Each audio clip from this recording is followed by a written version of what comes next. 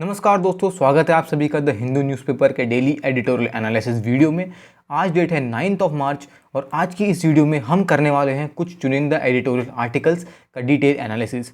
ये वीडियो पूरी तरीके से हिंदी में होने वाला है और इस वीडियो की शुरुआत में ही हम एक कार्टून देख सकते हैं जो यहाँ पर दिखाया गया है।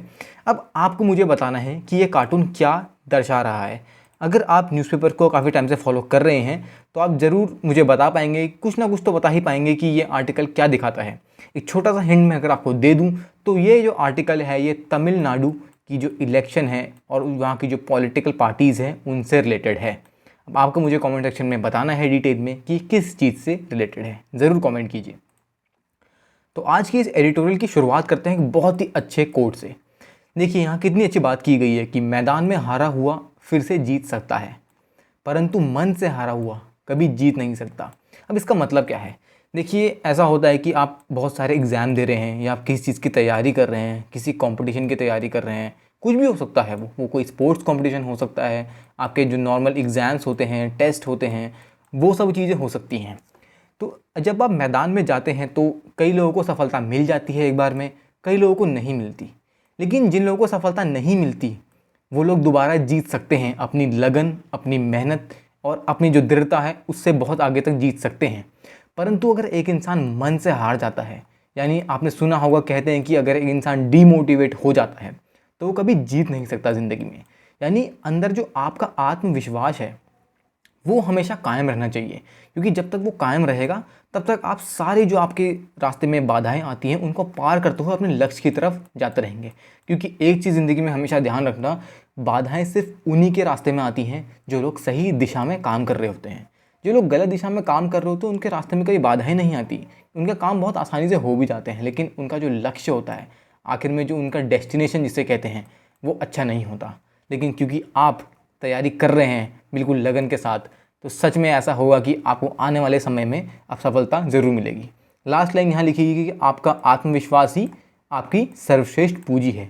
यानी पूंजी मतलब आप जानते हैं कि जो चीज़ हमारे लिए बहुत महत्वपूर्ण होती है, हमारे लिए इम्पॉर्टेंट होती है, तो सबसे ज़्यादा महत्वपूर्ण चीज़ आज की डेट में क्या है? वो है आपका आत्मविश्वास।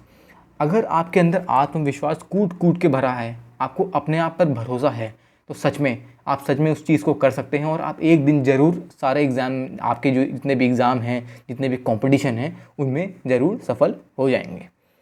आगे बढ़ते हैं। आज की डेट में हमें करने हैं 5 अलग अलग एडिटोरियल आर्टिकल्स का एनालिसिस। अब देखते हैं जो पहला आर्टिकल है, आप देख सकते हैं यहाँ पर लिखा हुआ है, ये क्वाड के बारे में बताता है। राइटर यहाँ बताना चाह रहे हैं कि किस तरीके से क्वाड जो है उसका फॉर्मेशन किया गया था, लेकिन आज की डेट में जो चीज़ें जिस लिए उसको बनाया गया था वो चीज़ें सही दिशा में नहीं जा रही हैं। क्या क्या ऐसे चैलेंजेस हैं, क्या क्या बाधाएं हैं जो रास्ते में हैं क्वाड के सामने खड़ी, और उनको किन तरीके से हल करना है। उसके बाद अमेरिका का रोल, जब से जो बाइडन वहाँ के प्रेसिडेंट बने हैं, और इंडिया का क्या रोल रहने वाला है, ये भी बहुत अच्छे तरीके से इस आर्टिकल में डिस्कस किया गया है। इसके बाद हम देखते हैं जो अगला आर्टिकल यहाँ पर दिया गया है, ये बताता है कि किस तरीके से जो हमारी पैरामिलिट्री फोर्सेज हैं, यानी पैरामिलिट्री फोर्सेज नहीं, यानी आप उनके CAPF कह सकते हैं, सेंट्रल आर्म पुलिस फोर्सेज जो हैं, उनमें आज की डेट में जितने भी उनके चीफ्स हैं उनको अपॉइंटमेंट करने में बड़ी दिक्कत आ रही है। मतलब फुल टाइम हेड का मतलब है कि एक परमानेंट चीफ फोर्सेस के पास अवेलेबल नहीं है, और ये जो है पूरी मतलब जो फोर्स है उसमें उसके काम करने के तरीके पे थोड़ी बाधाएं डालता है। तो उस चीज़ के बारे में यहाँ पर डिस्कस किया गया है और काफ़ी अच्छा आर्टिकल है। इसके बाद आपको पता होगा कि अभी ऐसा हुआ कि ईस्टर्न रेलवे के जो हेडक्वार्टर्स थे जो कोलकाता में हैं अभी, वहाँ पर कल आग लगी है, और आग लगने से क्या हुआ, वहाँ पर काफ़ी ज़्यादा नुकसान हुआ। नुकसान इंफ्रास्ट्रक्चर या प्रॉपर्टी का नहीं हुआ, नुकसान हुआ है इंसान की जान का, क्योंकि वहाँ कई लोगों की जानें चली गई हैं। तो उस चीज़ के बारे में बताया गया है कि किस तरीके से आज की डेट में जहाँ पर टेक्नोलॉजी इतनी एडवांस हो चुकी है, वहाँ पर हमें इस तरीके के इंफ्रास्ट्रक्चर बिल्डिंगों को बनाना है, किस तरीके की हम प्रिकॉशंस आगे ले सकते हैं जो इस टाइप की जो हादसे हो जाते हैं उनको रोक सकता है। तो इस टाइप के सेफ्टी मेजर्स इस आर्टिकल में बताए गए हैं और ये डेफिनेटली बहुत इंपॉर्टेंट है हमारे जानने के लिए। इसके अलावा जुडिशरी की बात काफ़ी दिनों से न्यूज़ में रह रही है, हर दिन आर्टिकल्स कुछ ना कुछ आ रहे हैं। कल के जो न्यूज़पेपर था उसमें भी एक न्यूज़ आई थी, और आज तो पूरा एडिटोरियल ही आ गया है। तो ये एडिटोरियल बताता है कि किस तरीके से सोसाइटी में चीज़ें चल रही हैं, जज के जो व्यूज़ होते हैं वो किस तरीके से सोसाइटी के व्यू से कभी कभी मैच नहीं करते। कुछ कुछ पुराने यहाँ पर डिसीज़न भी बताए गए हैं, पुराने केस जहाँ पर जज ने अपना डिसीज़न दिया जो सोसाइटी को सही नहीं लगा, उसके बारे में भी यहाँ बातचीत की गई है और उसको भी हम डिस्कस करने वाले हैं। उसके बाद जो लास्ट एडिटोरियल है इसमें बताया गया कि किस तरीके से आज की डेट में जो किसान वाले जो कानून हैं, फार्म लॉज जिनको कहते हैं, उन कानूनों में क्या क्या चीज़ें जो हैं वो लानी चाहिए, और बाकी देशों से भी उसको तुलना की गई है कि किस तरीके से बाकी देशों में चीज़ें चल रही हैं और इंडिया में हमको क्या क्या चीज़ें करने की ज़रूरत है। इसके अलावा इसमें एक दो अलग अलग रिपोर्ट और डेटा का भी मेंशन किया गया है, और वो डेटा जो है वो हमें हेल्प करेगा इस तरीके से इन सब चीज़ों को एनालाइज़ करने में कि हम जान पाएंगे कि हाँ सच में इंडिया में आज की डेट में क्या क्या दिक्कतें हैं और कैसे उन दिक्कतों को सुलझाया जा सकता है। तो शुरुआत करते हैं पहले एडिटोरियल से। जैसा आप यहाँ देख सकते हैं लिखा है फायर वाइज। अब यहाँ पर राइटर कहना चाहते हैं कि जो सेफ्टी ट्रेनिंग है, मतलब यानी सेफ रहने के लिए जो ट्रेनिंग दी जानी चाहिए लोगों को, जितने भी लोग ऑफिस में हैं उन पे कैसे बातचीत की जानी चाहिए, किस तरीके से उनको ऑन ग्राउंड लाया इम्प्लीमेंटेशन में लाना चाहिए, उनको ऑन ग्राउंड को करना चाहिए। उसके अलावा टेक्नोलॉजी भी जो है वो किस तरीके से इस टाइप के जो हादसे हैं उनको रोक सकती है। अब देखिए यहाँ पर बताया गया है कि किस तरीके से ईस्टर्न रेलवे के हेडक्वार्टर्स में 8 मार्च को बहुत भीषण आग लगी और उस आग में 9 लोगों की जानें चली गई, जो एक काफ़ी ह्यूज नंबर होता है। एक इंसान की जान जाना भी एक बहुत बड़ा लॉस होता है कंट्री को, और 9 लोग तो बहुत ज़्यादा होते हैं। उस हिसाब से बताया गया है कि इतनी बड़ी बिल्डिंग होने के बावजूद, जो इतनी एडवांस बिल्डिंग होने के बावजूद भी किस तरीके से लोगों की जानें चली गई, यानी वो लोग अपने आप को बचा नहीं पाए। इसका मतलब राइटर कहना चाहते हैं कि उस बिल्डिंग में प्रॉपर प्रिकॉशनरी मेजर्स नहीं थे। अब ये प्रिकॉशनरी मेजर्स क्या क्या हैं ये हम आगे पढ़ेंगे, और कैसे इनको इम्प्रूव करना है इन्हें भी राइटर ने बताया है। अब बताया गया है कि किस तरीके से यहाँ पर जो चीज़ें हमने किताबों में पढ़ी हैं कि किस तरीके से फायर के जो बेसिक सेफ्टी मेजर्स हैं किस तरीके से उनको ऑन ग्राउंड करना चाहिए, लेकिन एक्चुअल में देखा गया कि ये सब चीज़ें नहीं की गई थी। 9 लोगों की जानें चली गई और उनमें से 400 फायर फाइटर थे, और उसमें से एक पुलिसकर्मी भी था और रेलवे के बाकी स्टाफ के लोग थे। तो इतने लोगों की यहाँ जानें जा चुकी हैं ऐसा राइटर बता रहे हैं, और कुछ लोग तो ऐसे भी हैं जो काफ़ी गंभीर रूप से घायल भी हो चुके हैं, जिनका इलाज अस्पतालों में चल रहा है।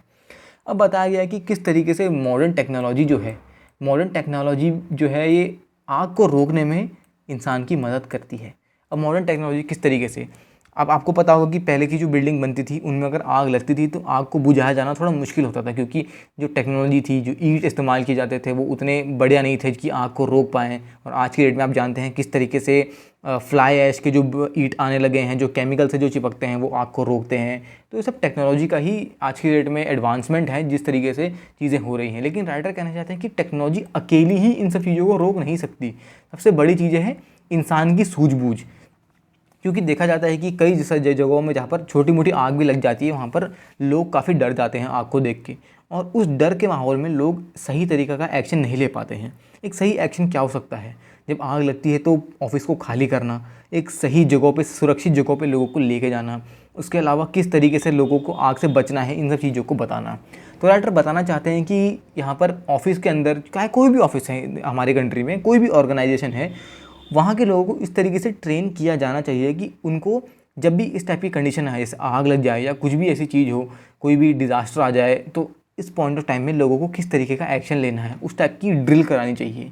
क्योंकि ऐसी अगर ड्रिल अगर स्टार्टिंग में कराई जाएंगी तो उससे क्या होगा कि इतनी बड़ी बड़ी मल्टी स्टोरी बिल्डिंग जो होती हैं, एक के ऊपर एक जो बिल्डिंग बनी रहती हैं शहरों में बड़ी बड़ी, उसके अलावा जो रेजिडेंशियल बिल्डिंग होती है जहाँ पर ढेर सारे तादाद में लोग रहते हैं, उतनी बड़ी बिल्डिंगों में से भी लोग आसानी से खाली हो पाएँ, इस टाइप की ड्रिल लोगों को कराई जानी चाहिए। क्योंकि हमें नहीं पता कब कौन सी चीज़ आ जाए। जैसे यहाँ पर आग जो लगी, किसी को नहीं पता था कि इतनी बड़ी बिल्डिंग में आग इस तरीके से लग जाएगी और इतने लोगों की जानें ले लेगी।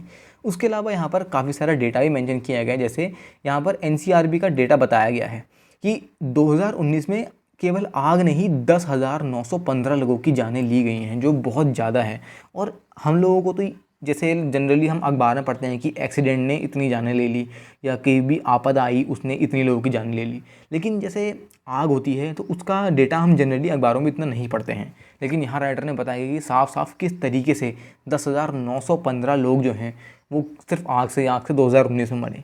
और ऐसे बहुत सारे डेटा और भी अवेलेबल हैं। अगर मैं आपको बताऊं तो 2019 से और 2018 के बीच में देखा गया कि सांप के काटने से ही करीब 40,000 लोगों की जानें गई हैं, वो भी कैसे इलाकों में, जो ये रूरल इलाके हैं, गाँव के इलाके हैं, जहाँ पर उतना ज़्यादा टेक्नोलॉजी नहीं है, जहाँ पर लोग खेती में ज़्यादा इन्वॉल्व हैं, उन इलाकों में सांप के काटने से ही करीब 40 से 50 हज़ार लोगों की जानें गई हैं। और हम लोगों को ये सब चीज़ें इसलिए नहीं पता क्योंकि सांप का काटना एक बहुत बड़ी बात नहीं मानी जाती है। लेकिन हाँ, ऐसा होता है कि ये छोटी छोटी चीज़ें भी जो हैं वो इंसान की जानों को बहुत महंगी साबित होती हैं कई बार, जैसा आप यहाँ देख सकते हैं। तो अब बताते हैं कि ऐसे कानून बनाने चाहिए, कानून तो नहीं मतलब ऐसी चीज़ें लानी चाहिए, ऐसे प्रावधान लाने चाहिए कि हर बिल्डिंग में जो है कि स्मोक अलार्म और स्प्रिंकलर सिस्टम, यानी जो पानी छिड़कने वाले सिस्टम होते हैं, जैसी आग लगती है तो पानी छिड़का ऑटोमेटिकली सिस्टम बिल्डिंगों के अंदर पानी छिड़कते हैं, उस टाइप के सिस्टम्स लाने चाहिए।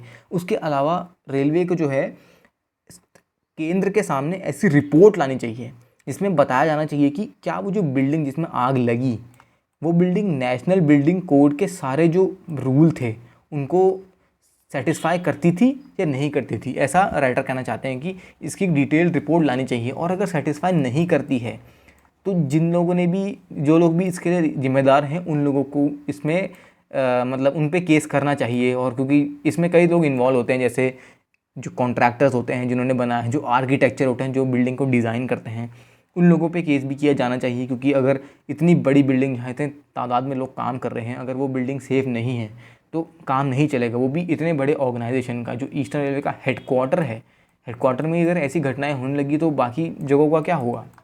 तो राइटर ये चीज़ बताना चाहते हैं कि किस तरीके से ये सब चीज़ें, यानी मॉडर्न टेक्नोलॉजी और उसके अलावा जो प्रिपेयर्डनेस है, यानी जैसे मैंने आपको बताया इंसान आदमी की सूझबूझ, इन सब चीज़ों को मिला के ही हम इस टाइप की जो आपदाएं हैं, इस टाइप के जो इंसिडेंट हैं, उनको टैकल कर सकते हैं। अब हम बढ़ते हैं अपने अगले आर्टिकल की तरफ, जो है कि किस तरीके से जो हमारी सेंट्रली आर्म पुलिस फोर्सेस हैं उनमें रेगुलर चीफ नहीं है। जैसे यहाँ राइटर बताते हैं कि काफ़ी सारे सेंट्रल रिजर्व पुलिस फोर्स ऐसी हैं जिनके रेगुलर चीफ नहीं है, और उसकी वजह से उनकी एफिशिएंसी, यानी उनकी काम करने की क्षमता जो है वो काफ़ी कम हो चुकी है। राइटर यहाँ पर एक उदाहरण देते हैं सेंट्रल रिजर्व पुलिस फोर्स का, जो 3.5 लाख की स्ट्रेंथ रखती है आज की डेट में। ऑफिसर्स एज वेल एज जितने भी ट्रूप्स हैं वो करीब करीब 3.5 लाख की स्ट्रेंथ में है। और उस सेंट्रल आर्म पुलिस फोर्स को राइटर हेडलेस बताते हैं, यानी बिना सर के। बिना सर के क्यों बताते हैं? क्योंकि उस फोर्स का जो मेन चीफ है वो अवेलेबल नहीं है फोर्स के पास, यानी परमानेंटली अवेलेबल नहीं है। तो एक तरीके से बिना सर के ही वो फोर्स चल रही है, ऐसा राइटर कहना चाहते हैं। और ये भी कहना चाह रहे हैं कि जब AP Maheshwari, doctor AP Maheshwari, जो इससे पहले तक एडिशनल जिनको चार्ज दिया गया था, वो जब रिटायर हुए, वो जब चले गए, उसके बाद जो स्पेशल डायरेक्टर जनरल हैं कुलदीप सिंह, वो अभी टेम्पररी चार्ज होल्ड कर रहे हैं उनके ऑफिस का। यानी देखिए, जैसे ही एक चीफ जाते हैं तो तुरंत दूसरे चीफ के अपॉइंट होने की प्रक्रिया शुरू हो जानी चाहिए। जैसे आप आर्मी, नेवी, एयरफोर्स में देखते हैं कि जैसे ही एक चीफ रिटायर होते हैं तो तब तक दूसरे नए चीफ के नाम की घोषणा हो जाती है कि अगले चीफ वो बनने वाले हैं। तो इस तरीके से पूरा जो ऑर्गेनाइजेशन है वो बहुत अच्छे तरीके से काम करता है। लेकिन जब यहाँ इस टाइप की चीज़ें दिक्कतें होती हैं तो क्या होता है कि ऊपर से लेकर नीचे तक जो पिरामिड बना होता है वो बिगड़ जाता है। क्योंकि जब ऊपर सही इंसान नहीं है, यानी जो इंसान उस ऑफिस को, जिस इंसान को होल्ड करना चाहिए, वो इंसान अवेलेबल नहीं है, तो राइटर कहते हैं कि एफिशिएंसी कैसे आएगी उस पर्टिकुलर फोर्स में। उसके अलावा ये भी बताना चाहते हैं कि जो CBI है, सेंट्रल ब्यूरो ऑफ इन्वेस्टिगेशन, उसमें भी जब RK शुक्ला जी रिटायर हुए 3 फरवरी को, उसके बाद से कोई भी परमानेंट उनका परमानेंट चीफ कोई अभी तक अवेलेबल नहीं है। तो अगेन ये वही बात हो गई कि पूरा ऑर्गेनाइजेशन काम कर रहा है, लेकिन ऑर्गेनाइजेशन के जो टॉप में, जो सबसे टॉप में पिरामिड के जो चीफ बैठते हैं वही अवेलेबल नहीं है, तो नीचे का ऑर्गेनाइजेशन काम कैसे करेगा, ये कहना चाह रहे हैं यहाँ पर राइटर। उसके अलावा ये बता रहे हैं कि किस तरीके से ये चीज़ें हमारे जानने में आए, क्योंकि हमें तो इन सब चीज़ों को ज़्यादातर हम यही पढ़ते हैं अखबारों में कि नए चीफ बदले गए हैं, उनका नाम ये है, उनका कार्यकाल इतना इतना रहा है, हम यही पढ़ते हैं। लेकिन ये सब चीज़ें लाइट में तब आई जब एक NGO ने सुप्रीम कोर्ट में एक पिटीशन, एक रिट फाइल करी, जिसमें बताया गया कि CBI के जो डायरेक्टर हैं उनको एक हाई पावर्ड कमेटी के थ्रू अपॉइंट करना चाहिए परमानेंटली। क्योंकि अगर ये एक्शन लिया गया तभी जाके CBI ढंग से काम कर पाएगी। क्योंकि आपको भी पता है कि जब कई बहुत बड़े बड़े इंसिडेंट देश के अंदर होते हैं तो CBI पे भी काफ़ी सवाल उठते हैं। तो क्योंकि एफिशिएंसी हमें किसी भी ऑर्गेनाइजेशन की बढ़ानी है, तो ऊपर जो किसी ऑर्गेनाइजेशन के जो चीफ होते हैं वो बहुत इंपॉर्टेंट हो जाते हैं ऐसे पॉइंट ऑफ टाइम पे। तो इसलिए यहाँ पर NGO ने इसीलिए ये रिट फाइल की थी, ताकि एक हाई पावर्ड सिलेक्शन कमेटी जो है वो एक प्रॉपर डायरेक्टर एलोकेट करें जो CBI को डायरेक्ट कर सकें। उसके अलावा यहाँ ये भी बताया गया है कि ये सेम चीज़ जो है BSF में भी चल रहे हैं। बीएसएफ में क्यों चल रही है? क्योंकि बीएसएफ के जो प्रेजेंट चीफ हैं राकेश अस्थाना जी, जो डायरेक्टर जनरल हैं बीएसएफ के, उन्होंने नारकोटिक्स कंट्रोल ब्यूरो का चार्ज अभी छोड़ा नहीं है कि उनको बीएसएफ का डायरेक्टर जनरल बना दिया गया। अब वो ये कहना चाहते हैं कि एक ही इंसान दो दो डिपार्टमेंट को किस तरीके से हैंडल करेगा, यानी वही एफिशिएंसी कम हो जाएगी। कर तो लेगा, लेकिन पूर्ण तरीके से जो चीज़ पूरी ताकत से करनी चाहिए किसी ऑर्गेनाइजेशन, वो चीज़ नहीं कर पाएंगे, क्योंकि उनको एक ही समय पर दो दो अलग अलग ऑर्गेनाइजेशन को देखना है। तो राइटर कहना चाह रहे हैं कि या तो उनको नारकोटिक कंट्रोल ब्यूरो का उनसे उनका जो टर्म था वो ख़त्म होता, तो उसके बाद उनको बीएसएफ में टर्म दिया जाता, तो बात फिर भी समझ में आती।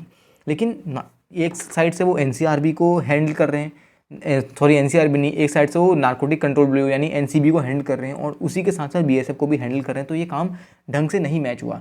उसके बाद कहते हैं कि अभी भी, यानी वो गुजरात कैडर के ऑफिसर हैं राकेश अस्थाना जी, और वो अभी भी एनसीबी का चार्ज हैंडल कर रहे हैं, और उसी के साथ साथ बीएसएफ का भी चार्ज हैंडल कर रहे हैं। अब वो बताना चाहते हैं कि बीएसएफ जैसी फोर्स जो कई बार काफ़ी सारे ऑपरेशंस में इन्वॉल्व रहती है, और हमारा जो इतना डिस्प्यूटेड बॉर्डर है, जो पाकिस्तान बॉर्डर है, उसकी भी निगरानी करती है, उसको हम इतने लाइटली कैसे ले सकते हैं? ये कहना चाह रहा है राइटर यहाँ पर कि जिस फोर्स का इतना इंपॉर्टेंट काम है आज की डेट में, उसको इतना लाइटली लिया जा रहा है, तो ये चीज़ तो सही नहीं है। उसके अलावा ये भी बताना चाह रहे हैं कि जो नेशनल सिक्योरिटी गार्ड एनएसजी है, अब आप मुझे ये बताएंगे कि कमेंट सेक्शन में कि एनएसजी का गठन कब हुआ था और किस घटना के बाद हुआ था, या मुझे कमेंट सेक्शन में लिख के बताइए। अब एनएसजी में क्या होता है कि आर्मी और बाकी जो स्पेशल फोर्सेज होती हैं और सेंट्रल आर्म पुलिस फोर्स हैं, इससे जो ऑफिसर सोल्जर हैं उनको रिक्रूट किया जाता है डेपुटेशन पे। अब एनएसजी के जो प्रेजेंट डायरेक्टर हैं, वही सेम प्रेजेंट डायरेक्टर अभी आईटीबीपी के भी हैं, जो है सुरजीत सिंह देशवाल जी, वही एनएसजी को भी डायरेक्ट कर रहे हैं, और उसी के साथ साथ वो आईटीबीपी का भी ध्यान रख रहे हैं। तो वही बात होगी ना जो बीएसएफ में हो रही थी कि वहाँ पर भी एक ही चीफ एनसीबी को भी का भी ध्यान रख रहे थे, और साथ में बीएसएफ का भी ध्यान रख रहे थे, और वही सेम चीज़ यहाँ पर एनएसजी और आईटीबीपी के साथ भी हो रही है, जो एक तरीके से दोबारा मैच नहीं खाए, क्योंकि दोनों ही बहुत बहुत महत्वपूर्ण ऑर्गेनाइजेशंस हैं। उसके अलावा यहाँ पर एक और बताया गया है कि किस तरीके से bureau of police research and development, यहाँ थोड़ा सा छोटा है, आई होप आपको ये नज़र आ रहा होगा, कोई बात नहीं, नज़र नहीं भी आएगा तो मैं आपको एक्सप्लेन कर दूंगा कि जो bureau of police research and development है, वो भी बिना एक पर्टिकुलर रेगुलर चीफ के काम कर रही है। उनके पास भी आज की डेट में एक रेगुलर चीफ नहीं है, और उसके बावजूद भी वो काम कर रही हैं। तो इस तरीके से चीज़ें काम नहीं करती, ऐसा कहना चाह रहे हैं कि बिना सर के कोई भी ऑर्गेनाइजेशन प्रॉपर्ली काम नहीं कर सकता। ये राइटर यहाँ पर हमें एक्सप्लेन करना चाहते हैं। अब राइटर यहाँ बताना चाहते हैं कि क्या चीज़ें हैं जो आने वाले फ्यूचर में हम कर सकते हैं ताकि ये कंडीशन इम्प्रूव हो। पहले तो ये बताते हैं कि इसका बहुत गहरा असर होता है हमारी इन फोर्सेस पे, पहले तो ये बात है, ठीक है। उसके बाद बताते हैं कि ऐसा होता है कि कई बार एक इंसान, जैसे अब हम यहाँ पर बीएसएफ का एग्जांपल ले लेते हैं। एक साइड से जो बीएसएफ के प्रेजेंट डीजी हैं राकेश अस्थाना जी, वही एनसीबी का भी काम कर रहे हैं और वही बीएसएफ का भी काम कर रहे हैं, बल्कि दोनों का काम जो है वो वो बहुत अलग अलग है। एक तरफ से जहाँ पर नारकोटिक्स से डील करना है, ड्रग्स वगैरह से डील करना है, दूसरी तरफ से वहाँ पर पाकिस्तान में से डील करना है। ये अलग अलग कारण हैं बीएसएफ और नारकोटिक्स कंट्रोल ब्यूरो में। तो यहाँ कहना चाहते हैं कि किसी भी फोर्स के जो चीफ हैं वो ऐसे होने चाहिए जिन्होंने उसी फोर्स में अपना बहुत सालों तक योगदान दिया है। एग्जाम्पल ले लेते हैं कि अगर बीएसएफ के किसी को चीफ बनाना है, तो चीफ उन्हीं को बनाना चाहिए जिन्होंने बहुत साल शुरुआत से अपने करियर से बीएसएफ के अंदर ही काम किया है, क्योंकि एक इंसान जिसने बीएसएफ में काम किया हो उसको ज़्यादा नॉलेज होगी कंपैरिजन टू एक इंसान जो नारकोटिक कंट्रोल ब्यूरो में काम कर रहा है। तो यहाँ राइटर कहना चाहते हैं कि एक प्रॉपर स्किल्ड इंसान जो उसी ऑर्गेनाइजेशन को बिलोंग करता है, उसको अपॉइंट करना चाहिए उस सर्विस में।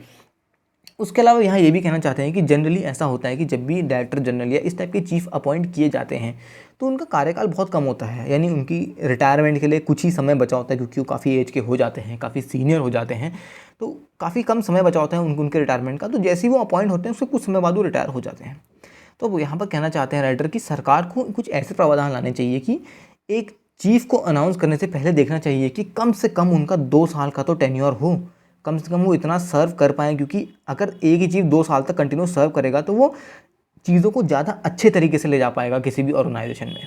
अब कम समय के लिए, कुछ महीनों के लिए या 1 साल के लिए ही सर्व करेंगे तो उतना ज़्यादा बदलाव नहीं ला पाएंगे, लेकिन अगर लंबे समय तक कोई भी चीफ अगर सर्व करता है ऑर्गेनाइजेशन को तो वो एक बहुत अच्छी चीज़ होती है।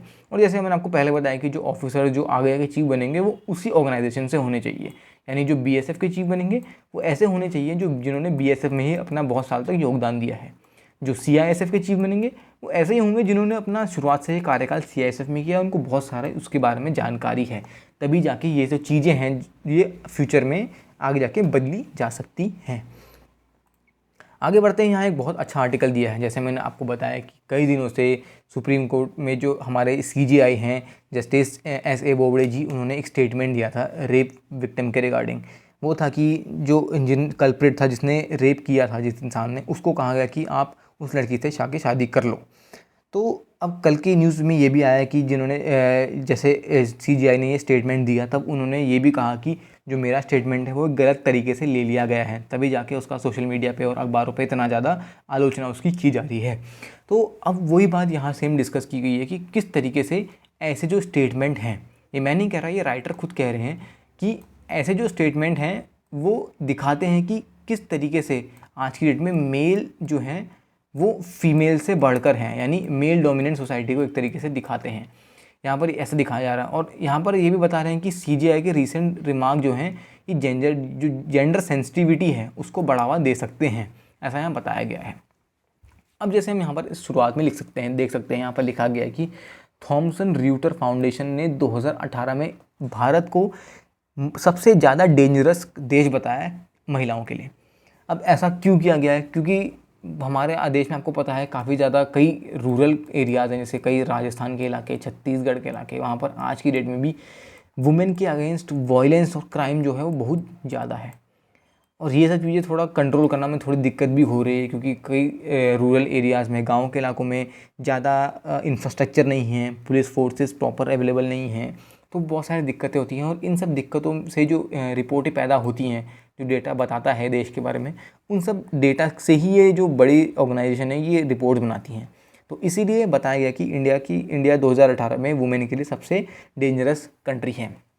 उसके अलावा NCRB का डेटा 2019 में बताता है कि देश में टोटल 2019 में 32,032 रेप हुए हैं, और ये वो रेप हैं जो रिपोर्ट किए गए थे। ध्यान रखना, मोस्टली जो रेप होते हैं वो रिपोर्ट नहीं किए जाते हमारे कंट्री में। ये बहुत बड़ी दिक्कत है, क्योंकि रेप रिपोर्ट क्यों नहीं किए जाते मैं आपको बताता हूँ। इसका कारण ये है कि लोग जो हैं वो बहुत डरते हैं सोसाइटी में। स्पेशली गांव में क्या होता है कि औरतों को धमका दिया जाता है कि अगर ऐसा कुछ, अगर उन्होंने रिपोर्ट की, पुलिस कंप्लेन करी, तो उनके परिवार के लोगों को मार दिया जाएगा। उसके अलावा लोग सोसाइटी से भी डरते हैं कि सोसाइटी उनके बारे में क्या बोलेगी। जब तक ये सब चीज़ें ख़त्म नहीं होंगी ना, तब तक हमारे जो देश में ये कंडीशन जो है ये सही नहीं हो पाएगी। मेन दिक्कत तो ये है। और देखिए जो यहाँ पर डेटा बताया गया है 32,032 का जो डेटा बताया गया है, ये सिर्फ वो डेटा है जो रिपोर्ट किया गया है पुलिस के पास। आपको भी पता है कि कई बार ऐसा होता है कि पुलिस ही जो FIR नहीं लिखती है पुलिस। उसके अलावा कई बार ऐसा होता है कि ये रिपोर्ट खुद ही नहीं करते लोग, क्योंकि ताकि उनको सोसाइटी में उनकी बदनामी ना हो, इन सब चीज़ों के लिए। अब बताया गया कि 10 सालों में, पिछले 10 साल में 2010 से 2020 तक 88% जो रेप केसेस हैं वो बढ़ चुके हैं। इतने केस में बढ़ोतरी देखी गई है, जो बिल्कुल भी अच्छा नहीं है, जो बहुत ही बेकार है हमारे देश के लिए आज की डेट में। और इसके अलावा यहाँ ये भी बताया जा रहा है कि किस तरीके से एक बार, जैसे अभी हमारे देश में हुआ कि CJI ने एक स्टेटमेंट दे दिया जो बहुत कंट्रोवर्सी जिसकी वजह से हुई, जिसकी बहुत आलोचना हुई, वैसा एक स्टेटमेंट साउथ अफ्रीका के जो चीफ जस्टिस थे उन्होंने भी दिया गया था। लेकिन बाद में जुडिशियल कंडक्ट कमेटी ने उनको कहा कि उन्हें माफ़ी मांगनी चाहिए, और उन्होंने बाद में माफ़ी भी मांगी एक वेबिनार में। ऐसा किया गया है। खैर अभी की कंडीशन देख के तो मुझे नहीं लगता कि हमारे देश में ऐसा कुछ हो सकता है। बाकी आपके क्या विचार हैं आप कमेंट सेक्शन में फ्रीली बता सकते हैं। थोड़ा भाषा को अच्छा रखिए कमेंट सेक्शन में, ताकि सब लोग उनको पढ़ पाएँ। उसके अलावा यहाँ पर असली प्रॉब्लम की जो लोग बात बताते हैं, जैसे मैंने आपको अभी बताया है, यहाँ पर माइंडसेट की बात करते हैं कि जो माइंडसेट है वो यही दिखाता है कि जनरली जो जज हैं हमारे सोसाइटी में वो यही सोचते हैं कि आदमी जो हैं वो औरतों से बढ़कर हैं। इसीलिए आज की डेट में ये सब चीज़ें सोसाइटी में हो रही हैं, और ये लार्जर सोसाइटी को कवर भी कर रही हैं। तो ये जो माइंडसेट है ना, ये इस माइंडसेट को क्लियर करने की ज़रूरत है, इस माइंडसेट को सही दिशा में ले जाने की ज़रूरत है, ऐसा राइटर कहना चाहते हैं। उसके अलावा राइटर यहाँ ये भी बताते हैं कि कई सारे ऐसे पुराने जजमेंट हो चुके हैं जहाँ पर ये देखा गया है कि इंडिया के जो जज हैं उन्होंने ऐसी स्टेटमेंट दी जो जेंडर का इनजस्टिस दिखाते हैं, जो जेंडर को जस्टिस नहीं देते। ऐसे भी कई सारे स्टेट्समेंट बताए गए हैं। ऑल्दो मतलब ये तो होता ही है कि कहीं ना कहीं पर ऐसे स्टेटमेंट जो हो जाते हैं वो मिस इंटरप्रेट हो जाते हैं, बट हाँ राइटर ये भी यहाँ पर साफ साफ तरीके से कहना चाहते हैं कि हमें पूरी तरीके से आलोचना नहीं करनी चाहिए, क्योंकि कई बार ऐसा भी होता है कि जो जजेस होते हैं वो बहुत समझदारी से, क्योंकि जजेस पे भी बहुत लोड होता है, उनको हर तरीके के साथ देख के एक प्रॉपर जस्टिस देना चाहिए ताकि हर इंसान को जस्टिस प्रॉपर तरीके से मिल जाए और कोई भी इंसान ऐसा ना हो जिसके साथ चीज़ गलत हो जाए, जिसके खिलाफ जो जस्टिस है वो किसी के खिलाफ चले जाए। तो ये भी है कि मतलब पास्ट में देखा गया है कि जेंडर जस्टिस के लिए भी जजेस ने काफ़ी ज़्यादा चीज़ें की गई हैं, लेकिन अगर पुराने सारे केसेस को लाइन से देखा जाए तो ज़्यादातर केसेस ऐसे हैं जहाँ पर एक ऐसा माइंडसेट निकल के आया कि मेल जो हैं वो फीमेल से थोड़े बढ़कर हैं। जैसे आप एक एग्जाम्पल यहाँ पर क्लियरली देख सकते हैं, यहाँ लिखा गया नागपुर बेंच जो है, नागपुर बेंच ने बॉम्बे हाईकोर्ट में ये बताया, एक बहुत अजीब सी घटना बताई गई वहाँ पर कि उन्होंने बताया कि अगर जो कल्प्रिट है जिसने रेप किया है, अगर वो रेप विक्टिम को 1 लाख रुपया देता है तो उसका जो ये मतलब उसके ऊपर जो भी ये चार्जेस वार्जेस लगे हैं उनको हटा दिया जाएगा। अब बताइए ये क्या ये सही है? आप आपकी तरफ से बताइए क्या ये सही है? ये बिल्कुल भी सही नहीं है, क्योंकि यहाँ पर बात पैसों की नहीं है, यहाँ पर बात है सही और गलत की। जो चीज़ गलत है वो गलत है और सज़ा उसके लिए बनी हुई है कानून में। लेकिन आप देख सकते हैं ऐसे भी कई सारी चीज़ें हो चुकी हैं जिनके बारे में हमें खुद नहीं पता कि ऐसा भी कभी हुआ था हमारे देश में। उसके अलावा यहाँ पर यह भी दिया गया कि मद्रास हाई कोर्ट ने एक बार एक ऐसे कल्प्रिट यानी एक ऐसे रेप करने वाले आदमी को बेल दे दी और उसको ये कहा कि बेल लेके तुम जो विक्टिम है उसके साथ मीडिएट कर लीजिए, यानी उसके साथ अपनी मतलब बातचीत करके सेटलमेंट कर लीजिए। यहाँ सेटलमेंट तक बात कर दी देखिए मद्रास हाई कोर्ट ने। तो यहाँ बताया गया कि किस तरीके से कोर्ट के जो डिसीजन है कई बार वो बहुत ही अगेंस्ट हो जाते हैं सोसाइटी के। उसके अलावा भी कई सारे यहाँ डिसीजन और केसेस दिए गए हैं, लेकिन हमारे लिए इम्पोर्टेंट क्या है कि कई सारे जो इस टाइप के प्रीवियस जजमेंट्स रह चुके हैं वो कितने हानिकारक थे एक तरीके से सोसाइटी के लिए। वो सोसाइटी के लिए कितना मतलब कह सकते हैं जो सोसाइटी के लिए हित में नहीं आ पाए, इस टाइप के बहुत सारे डिसीजंस कोर्ट दे चुके हैं। उसके अलावा यहाँ पर यह भी बताया गया कि किस तरीके से काफ़ी सारे जो जजेस हैं उन्होंने पास्ट में ये भी बताया कि जो सोसाइटी का एटीट्यूड है वो वुमेंस के लिए काफ़ी डाउन है। उनके मतलब डिसीजंस ने इन सब चीज़ों को बताया गया है कि सोसाइटी का एटीट्यूड वुमेंस के लिए कितना कम है। और वही आखिर में वही बात आ जाती है कि मेल जो पैट्रियार्ची है वही दिखाई गई है काफ़ी ज़्यादा जजेस के द्वारा। तो राइटर ये सब चीज़ें बताना चाहते हैं कि हाँ कई बार ऐसा तो हुआ है कि जजेस ने काफ़ी अच्छा डिसीज़न दिया, लोगों के हित में दिया, लेकिन इस टाइप के केसेस में जहाँ पर वुमेन के खिलाफ वायलेंस हो रहा है यहाँ पर बहुत बार अच्छा जजमेंट नहीं आया। राइटर ये इस आर्टिकल में बताना चाहते हैं। अगले में बढ़ते हैं। यहाँ पर एक डेटा पॉइंट दिया गया काफ़ी अच्छा, वैक्सीन की प्रोग्रेस रिपोर्ट बताई गई है, लेकिन ये रिपोर्ट कुछ बहुत ज़्यादा अच्छी नहीं है। मैं आपको बताता हूँ क्यों। बताया गया है कि जो फर्स्ट फेज़ हुआ कोविड वैक्सीन का वो काफ़ी स्लो हुआ है हमारी कंट्री में। जहाँ पर हमारी कंट्री में पॉपुलेशन इतनी ज़्यादा है, काफ़ी सारे लोग इन्फेक्ट हो रहे हैं, वहाँ पर वैक्सीनेशन का रेट काफ़ी कम है। उसके अलावा जो दूसरी पेस है वो थोड़ी थोड़ी रफ्तार पकड़ रही है, लेकिन अभी भी बिल्कुल प्रॉपर ट्रैक पे नहीं है। इसके अलावा यही बताया गया है कि इंडिया जो है 400 मिलियन डोजेस तक जुलाई 31 तक सिर्फ 45% अपने टारगेट का अचीव कर पाएगा। ये बताया गया है यूनियन हेल्थ मिनिस्टर हर्षवर्धन जी ने। तो डेफिनेटली हाँ ये तो है कि पॉपुलेशन हमारी कंट्री में बहुत ज़्यादा है, तो समय तो लगेगा, लेकिन हाँ समय के साथ साथ हमें वैक्सीनेशन को स्पीड अप भी करना है, क्योंकि स्लो वैक्सीनेशन में पहले तो हमें हेल्थ वर्कर्स को भी कवर करना है। उसका पुलिसमैन और डॉक्टर जो हैं, डॉक्टर तो खैर हेल्थ वर्कर में ही आ गए, मतलब पुलिसमैन जो सोसाइटी के लिए काम कर रहे हैं उनको कवर करना है। जब ये पूरे लोग कवर हो जाएंगे, उस सीनियर सिटीजन भी जब कवर हो जाएंगे, तब आप जैसे और मेरे जैसे लोगों का नंबर आएगा। हम लोग लास्ट में खड़े हैं, क्योंकि प्रायोरिटी ये लोग हैं, health workers, policeman, senior citizen, ये लोग प्रायोरिटी हैं। और इतने स्लो वैक्सीनेशन रेट में काफ़ी दिक्कतें होंगी इन सबको पहले वैक्सीनेट करने में, तो समय तो लगेगा।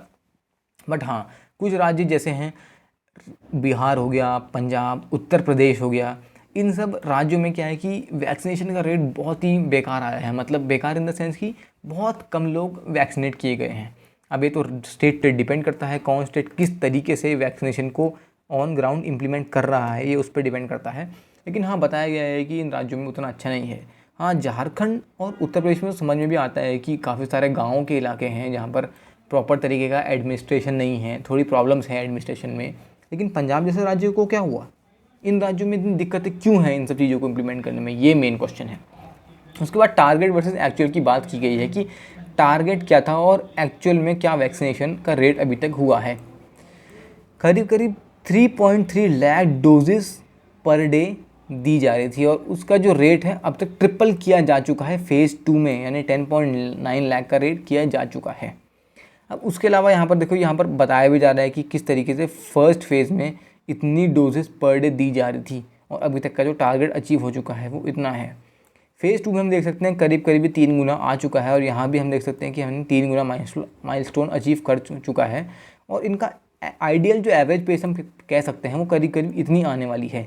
मार्च 9 से जुलाई 31 के बीच में इतनी करीब करीब आएगी और आप देख सकते हैं इतने ह्यूज नंबर होने के बावजूद भी यहाँ पर बताया गया है कि ये एक बहुत स्लो वैक्सीनेशन रेट है।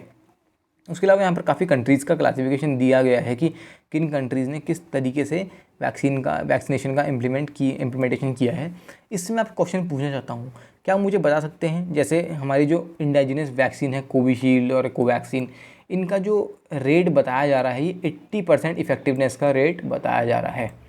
क्या आप मुझे कमेंट सेक्शन में बता सकते हैं कि कौन सी ऐसी वैक्सीन है पूरे वर्ल्ड में जिसका रेट जो है वो 90% से ऊपर है? ये आपको मुझे कमेंट सेक्शन में बताना है। ऐसी वैक्सीन भी हैं हमारे पास तो नहीं, मतलब वर्ल्ड में ऐसी वैक्सीन है जिनका रेट 90% से ऊपर है। तो आप कमेंट सेक्शन में क्या मुझे बता सकते हैं कि ऐसी कौन सी वैक्सीन है? अब उसके बाद आगे हम देखते हैं कि यहाँ स्टेट राज्यों की बात की गई है कि राज्यों का रोल कैसा रहा है। जैसा हमने डिस्कस किया कि पंजाब, झारखंड, MP, यूपी, तेलंगाना, तो इनमें जो इंडिया का ओवरऑल एवरेज था वैक्सीनेशन उससे भी कम रेट रहा वैक्सीनेशन का।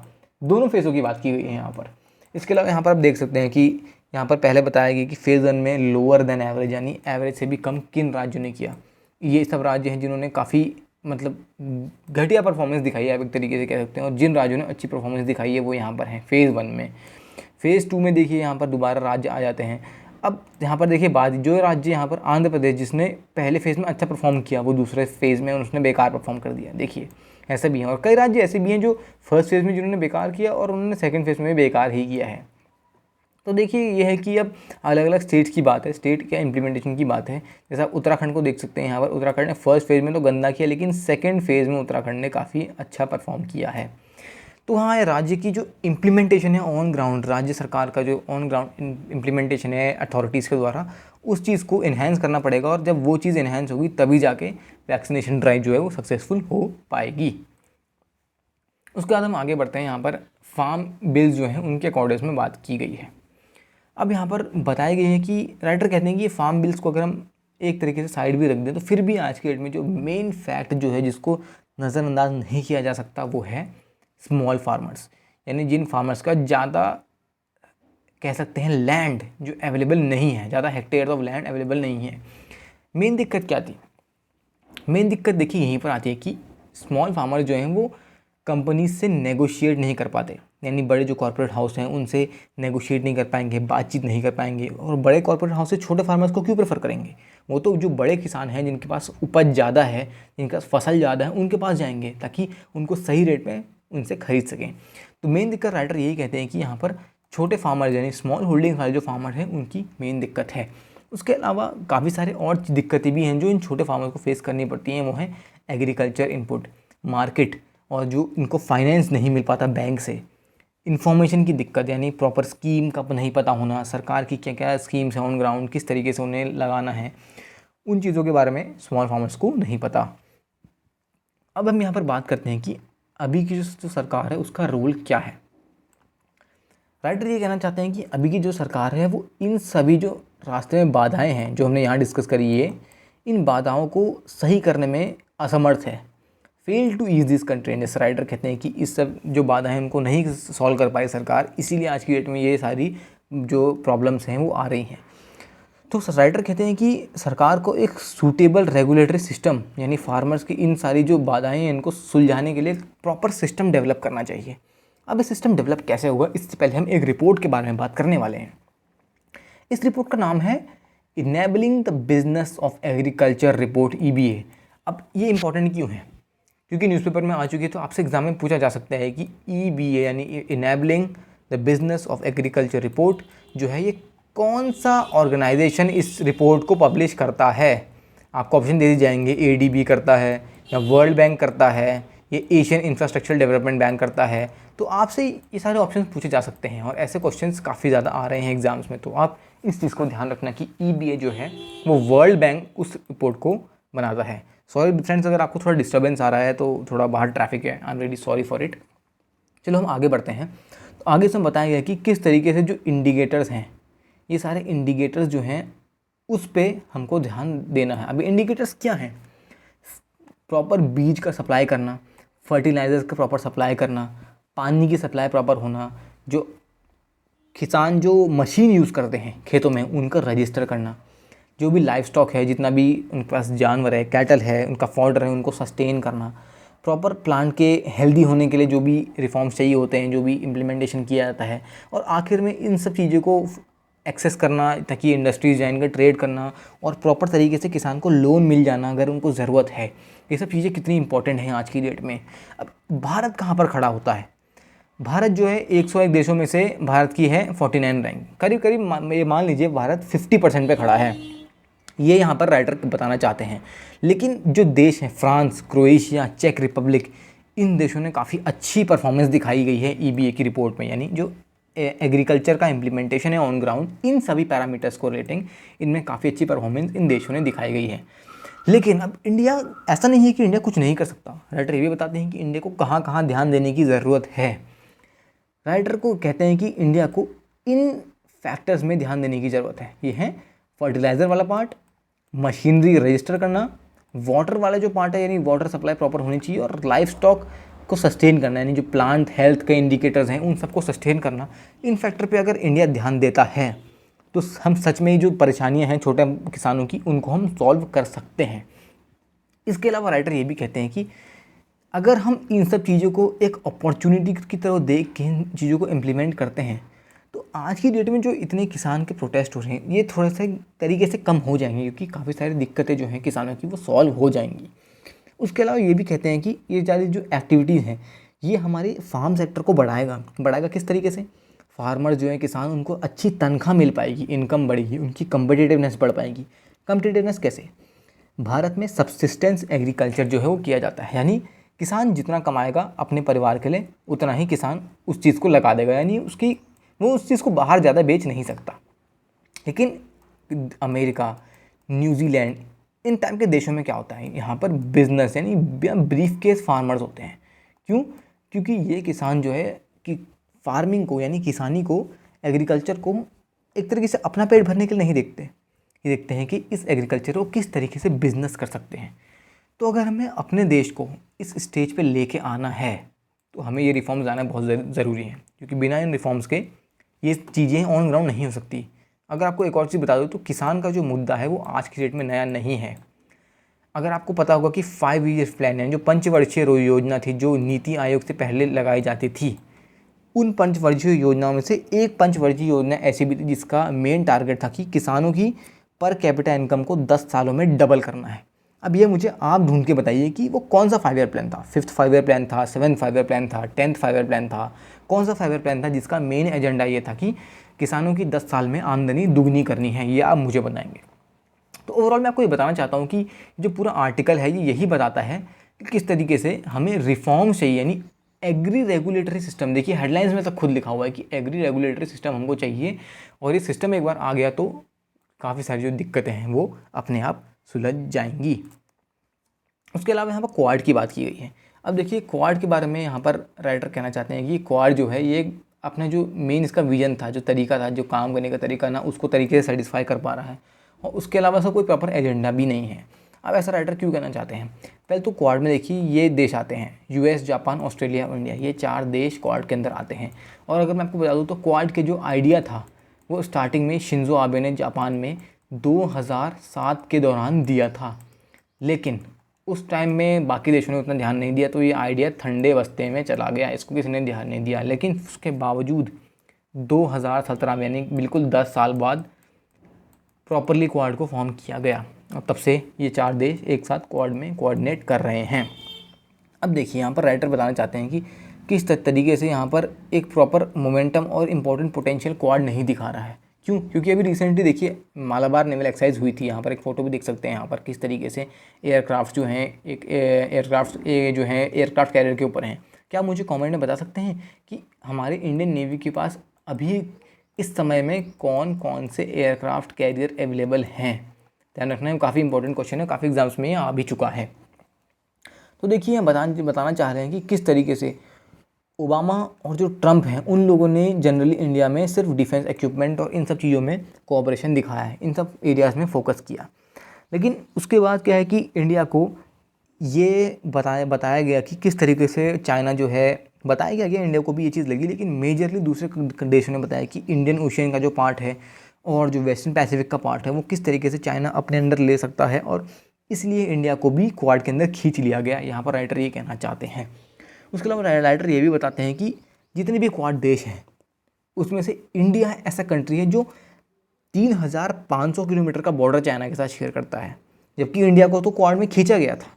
जिन मेन देशों ने क्वाड को बनाया वो तक इतना बड़ा बॉर्डर शेयर नहीं करते और इंडिया को क्वाड में खींचा गया और इंडिया ही इतना बड़ा बॉर्डर शेयर करता है, तो ज़्यादा रिस्क पे कौन है? इंडिया ही तो है। राइटर ऐसा कहना चाहते हैं।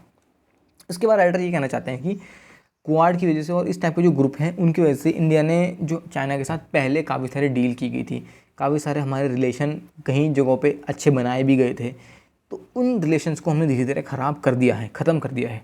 क्या आप मुझे बता सकते हैं कि तमिलनाडु साइड में अब साउथ साइड में जो अभी इनफॉर्मल समिट हुआ था कुछ टाइम पहले, वो कहाँ पर हुआ था?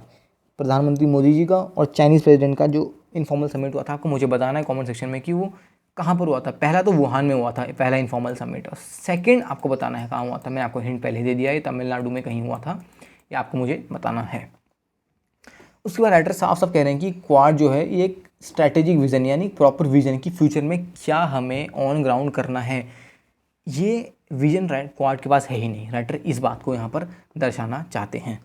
अब राइटर ये कह रहे हैं कि चलो ठीक है, हमने और बाकी देशों ने जैसे यूएस हो गया और काफ़ी सारे जो देश हैं जिन्होंने चाइना के अगेंस्ट ये मुहिम छेड़ रखी है, हमने ये चीज़ तो कर दी, लेकिन इतना करने के बावजूद भी 2020 में चाइना इंडिया का नंबर 1 ट्रेडिंग पार्टनर है।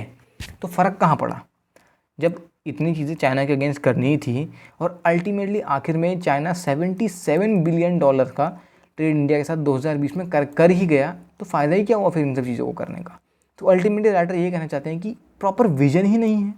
अगर विजन होता तो ये सब चीज़ें जो हो रही हैं, ये इतना बड़ा ट्रेड ये होता ही नहीं। राइटर ये कहना चाहते हैं। उसके अलावा इंडिया की ये बात नहीं है, 75% यूएस की जो कंपनियां हैं खुद ये कह रहे हैं कि आज के डेट में वो चाइना में इन्वेस्टमेंट जो है अपना वो कंटिन्यू रखेंगे। अब बताइए, हमें तो सिर्फ लगा कि इंडिया की बात थी, लेकिन यहाँ तो यूएस है जो है जिसने इतनी बड़ी मुहिम छेड़ रखी है, उसी की जो कंट्री की जो कंपनीज़ हैं वही ये चीज़ कह रही हैं। मेन चीज़ तो यही है। तो अल्टीमेट दोबारा वही बात आ गई कि क्वाड का जो है प्रॉपर स्ट्रैटेजिक विजन तो कुछ है ही नहीं।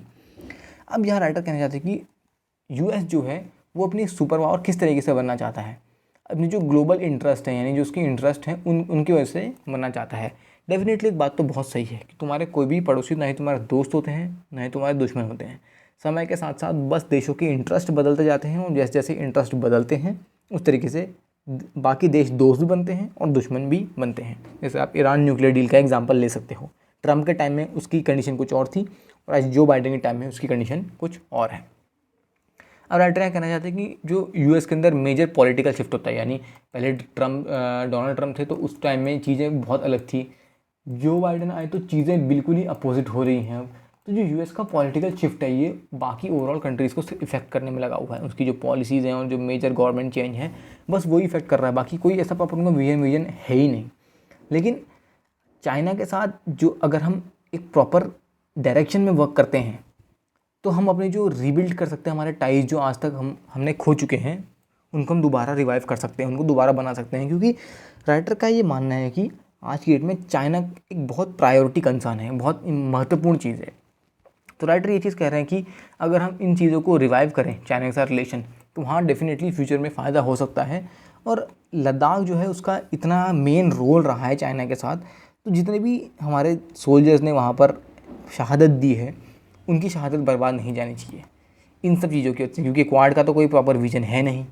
तो एटलीस्ट इंडिया को खुद अपने स्टेप्स में काम करके इन सब चीज़ों को ऑन ग्राउंड इम्प्लीमेंट करना चाहिए और चाइना के साथ रिलेशंस बढ़ाने चाहिए ताकि फ्यूचर में कंट्रीज प्रॉपर्ली ग्रो कर पाएँ। ये यहाँ पर राइटर बताना चाहते हैं। तो दोस्तों यही था आज की इस वीडियो में। मुझे उम्मीद है आप सभी को आज का एडिटोरियल पसंद आया होगा। मैंने सिर्फ वो एडिटोरियल डिस्कस करे हैं जो आपके पॉइंट ऑफ व्यू से, आपके और मेरे पॉइंट ऑफ व्यू से और एग्ज़ाम पॉइंट ऑफ व्यू से काफ़ी ज़्यादा इंपॉर्टेंट होंगे, क्योंकि कई सारे ऐसे आर्टिकल भी होते हैं जो हमारे लिए काम के लिए नहीं होते हैं। अगर आपको ये वीडियो पसंद आए तो इस वीडियो को अपने दोस्तों के साथ शेयर कीजिए, क्योंकि नॉलेज जो है वो शेयर करने से ही बढ़ती है, नॉलेज बांटने से ही बढ़ती है। उसके अलावा अगर आपको डेली के डेली इस टाइप के एडिटोरियल्स और न्यूज़ एनालिसिस वीडियोस चाहिए तो चैनल को सब्सक्राइब जरूर कीजिए, क्योंकि इसमें चैनल पे वीडियोस प्रॉपर्ली फ्री आने वाली हैं और आप हर दिन न्यूज़पेपर को केवल 40 से 45 मिनट के बीच में पढ़ लेंगे। आपने चैनल को सब्सक्राइब जरूर करना है, उसके साथ इस वीडियो को लाइक करने के साथ शेयर भी करना है। उसके अलावा आपकी कोई भी क्वेरीज और डाउट्स अगर हैं तो आप कमेंट सेक्शन में जरूर डालिए, और जिन क्वेश्चन मैंने आपसे जो अभी पूछे हैं उनका आंसर तो जरूर डालिएगा। कोई बात नहीं अगर वो गलत हो भी जाते हैं, अगर आप क्वेश्चन यहाँ गलत कर देते हैं तो आप एग्ज़ाम हॉल में जाके उन क्वेश्चन को पक्का सही करेंगे, क्योंकि आपको पता चल जाएगा कि असली आंसर एक्चुअल में क्या है। तो आज की वीडियो के लिए इतना ही। Thank you very much.